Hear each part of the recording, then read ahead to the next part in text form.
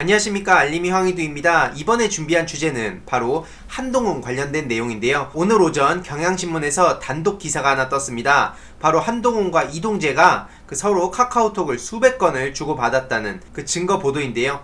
이외로도 한동훈이 지금 이동재 기소할 때 이름이 빠져있다, 그래서 한동훈 봐주는 거 아니냐, 이런 얘기도 있긴 한데, 정확히 말하자면 한동훈이 워낙 법꾸라지다 보니까 확실하게 증거를 입수해서 수사를 하고 그 다음에 기소를 하겠다는, 증거를 조금 더 자세하게 찾아서 한동훈을 확실하게 처벌하기 위한 그런 목적이라고 전 알고 있습니다. 그래서 전반적으로 지금 이게 어떤 내용인지 간략하게 핵심만 전해드리도록 하겠습니다. 지금 한동훈, 이동재 관련해서 검언유착이 정확한 표현인데 자꾸 권언유착이라면서 프레임 전환을 시키려고 하고 있죠. 어쨌든 좀 많은 사람들이 검언유착에 대해서 의구심을 가지고 있지만 일부는 권언유착이라면서 자꾸 본질을 훼손시키려는 걸 보면 어쨌든 의도는 완벽하게는 아니더라도 나름 자기네들의 그 목적에 달성한 것 같습니다. 아무튼 오늘 오전 경향에서 한동훈, 이동재 메시지 수백 건 주고받아, 이런 단독 기사가 떴는데요. 내용을 요약해보면 이렇습니다.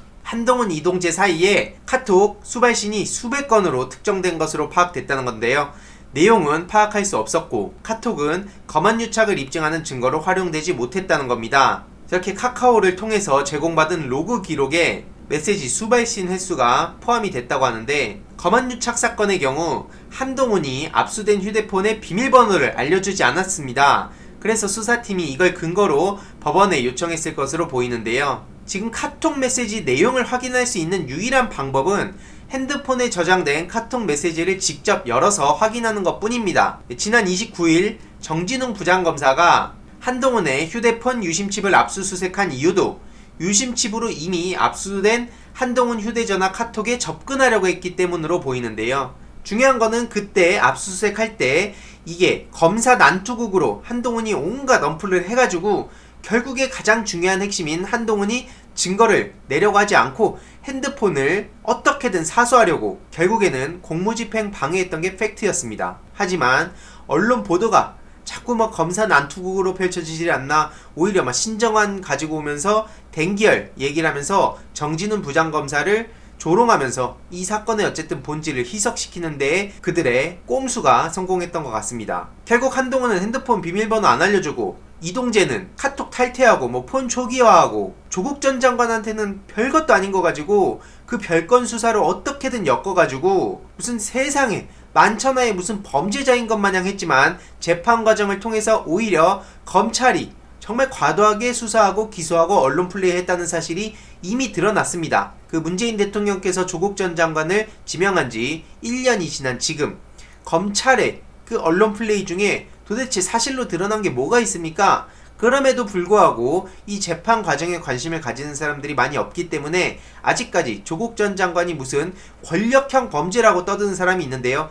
대표적으로는 최근에 고소당한 국대떡볶이, 무슨 코링크는 조국 거다, 문재인은 공산주의자다, 이런 얘기를 아무렇지도 않게 당당하게 떠들더니 정작 지금 제대로 혼쭐나게 생겼습니다. 애초에 공산주의가 뭔지도 모르는 사람 같고요. 코링크는 조국 거다, 한마디로 조국 펀드다, 그런 식으로 얘기했는데 정작 지금 재판부에서도 아니다, 이런 식으로 얘기를 했는데도 불구하고 아직까지 그런 진실에는 관심이 없는 것 같습니다. 그저 어떻게든 검찰의 언론 플레이만 믿고 그 얘기가 마치 진실인 것 마냥, 제가 늘 말씀드리지만 검찰의 공소장은 검찰의 일방적 주장일 뿐입니다. 재판 과정을 통해서 진실을 밝혀야 되는 건데, 만약에 그렇게 검찰의 공소장만 믿을 거면 애초에 법원 이 3권 분립은 왜 있는 겁니까? 그냥 검사가 공소장 쓰면 그걸로 처벌해야 되는 거 아닙니까?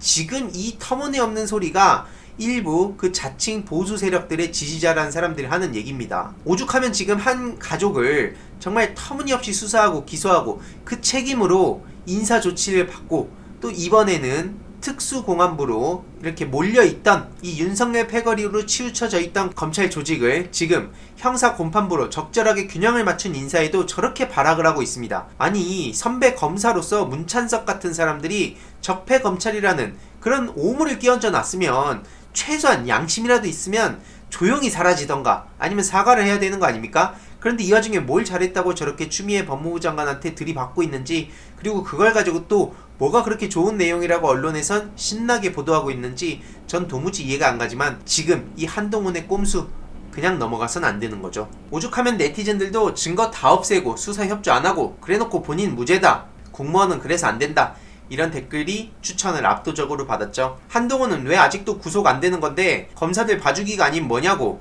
정경심 교수는 관련해서 뭐 하나 나온 것도 없는데도 구속 잘도 하더만, 이런 댓글도 있었고요. 이동재가 무려 5차례 이렇게 편지를 보냈던 거 기억하시죠? 이철 전 대표가 만약에 저 이동재 한동훈의 저 검언유착에 혹여나 협조를 했다면 지금 오는 8월 10일 대한민국 사회는 어떻게 흘러가고 있었을까요? 총선은 어떻게 됐을까요? 지금 민주당 답답하다고 하시는 분들도 계시지만 만약에 총선에서 참패했어도 똑같았다, 이런 얘기를 하시는 분도 계신데요. 과연 진짜 똑같았다고 보이십니까? 추미애 법무부 장관이 이번에 인사를 이렇게 할 수 있었을까요?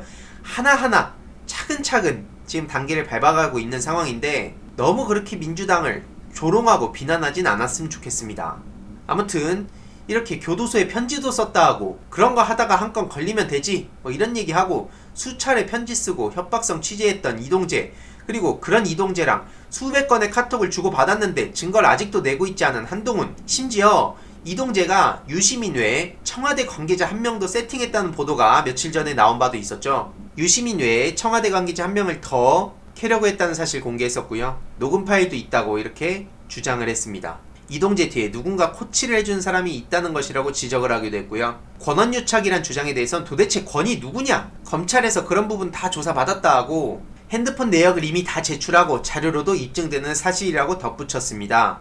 장인수 기자는 2차례, 제보자 X는 4차례, 이철 전 대표는 3차례 소환조사를 받은 상황이고요. 서면 인터뷰 때 이를 전달했던 이지영 변호사도 2차례 검찰 조사를 받았다고 합니다. 그런데 한동훈은요? 결국 MBC는 취재 과정에서 숨길 것도 문제될 것도 없고 감출 게 없기 때문에 검찰이 달라는 문자, 텔레, 카톡 다 제출하고 있다고 합니다. 이런 상황에 한동훈은 계속 저렇게 언플만 하고 있고 제대로 된 수사조차도 안 받고 있는 것 같고 어떻게든 증거인멸하려고 하다가 그게 탄로나니까 오히려 본인이 뻔뻔하게 언플하고 있고, 이게 현실 아닙니까? 이동재랑 한동훈이랑 그러면 무슨 검언유착이 아니라 저렇게 무슨 사랑관계였냐, 오죽하면 이런 댓글까지도 볼 수 있었습니다.